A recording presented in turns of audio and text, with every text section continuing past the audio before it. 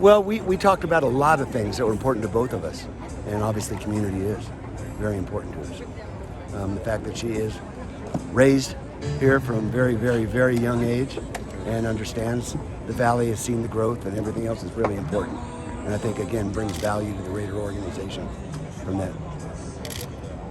Mark, when you go back, you mentioned, I don't know how many months it was that you've been kind of researching this. It's been about 10 months. About 10 months or so forth. What was it that, how did you latch on to Sandra? What was it that Well, led you to her? again, she was recommended by several people.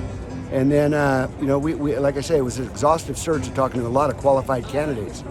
But every time, she seemed to rise to the top all the time on just the things that were keenly important to me. And that's, again, the culture of the organization has been talked about outside the organization as, taking some hits.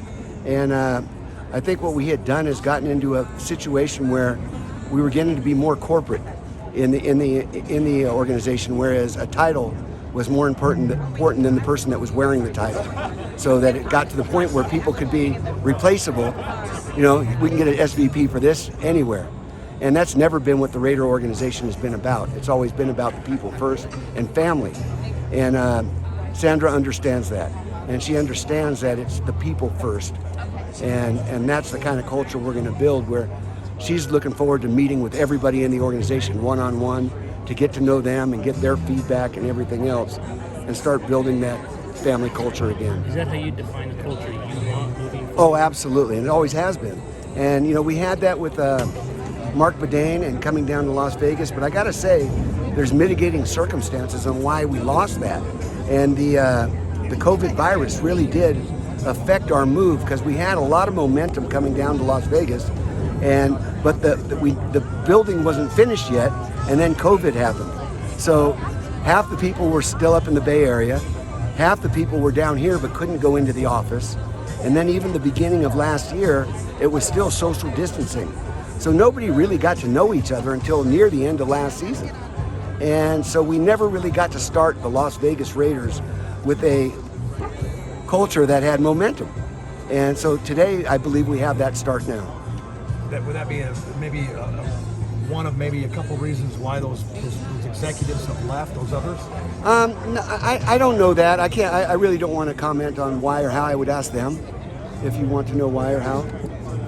But again, for me, it's just that the culture of this organization is so important. It was since the articles that came out, not only in the New York Times, but the RJ, which kind of copied whatever they were saying about, take those very seriously. And so we did an investigation into all of those things, and we listened to the people that work in the organization. And I believe we've started to make those changes that are necessary to get the culture back to where we all feel we can be positive. And she's the person you obviously think can do that. Oh, there's no question in my mind. No question in my mind. I know it's not the most important factor, but the organization's always been the forefront of breaking ground. This is a historical moment right now. First black woman to be an NFL president. How big is that for you and the organization? Well, again, I would say on the criteria list, very low. Right. She was hired because she's the best person for the job at this time. There's absolutely no question about that. The historic part hasn't been lost on me, but that was not the reason for it. For sure. What's that? Did she have the opportunity to meet with her? Yes, she did. Yes, she did, and it was fantastic. She told them she knows how to run the offense, defense, special teams, and that she'll tell them. No, actually, they had a great meeting, and she understands that where her knowledge and everything is not on the football side of the building per se.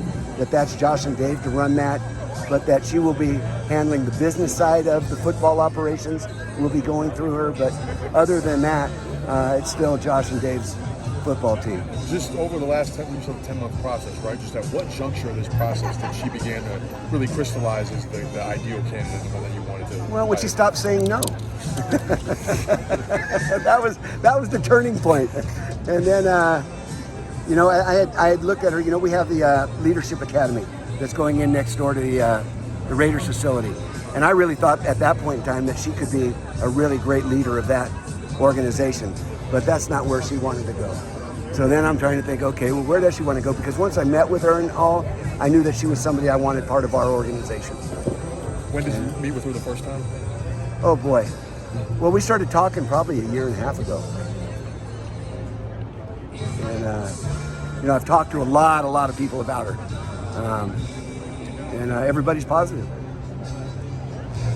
Mark, less than a month away from one of your favorite Raiders of all times, and a guy that I just love, Cliff Branch, going in the Hall of Fame.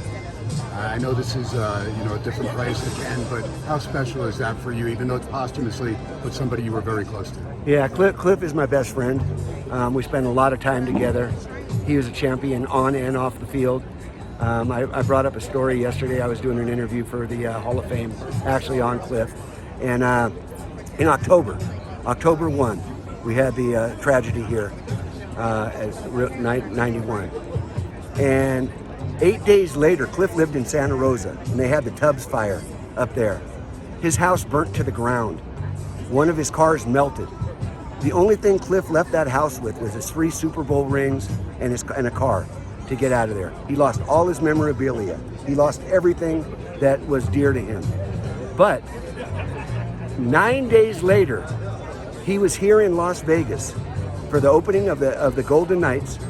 First game, was there for that. And then he and I went to see Jose Campos, who is the security guard, who was in Mandalay Bay that night, surrounded by FBI, all of those things. But he came down to meet with that young man and to help bring comfort and everything else to the Las Vegas community. That's the kind of guy Cliff was off the field. And like I say, he's still my best friend, and you guys are going to get tears out of me again now because I think about it, and I'm just so proud of him. And I really thank you for asking that question, because it is very, very important to me that Cliff Branch is recognized. I have a poem for you I wrote about Cliff after. Do ya? So, yeah, because he used to come on the show all the time, and I just